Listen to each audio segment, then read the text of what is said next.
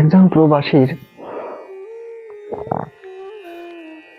প্রবাস জীবনের প্রথম রাত মানে একটা দীর্ঘ চলচ্চিত্রের মতো। সবকিছুই নতুন, সব অজানা। কথা বলতে জেনেও সে বোবা,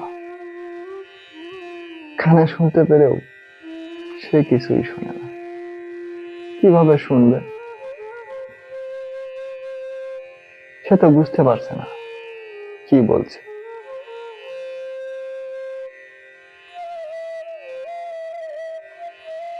কথার উত্তর কিভাবে দেবে? সে তো কথাই বলতে পারে না, কেননা সে তো ভাষা বোঝে না।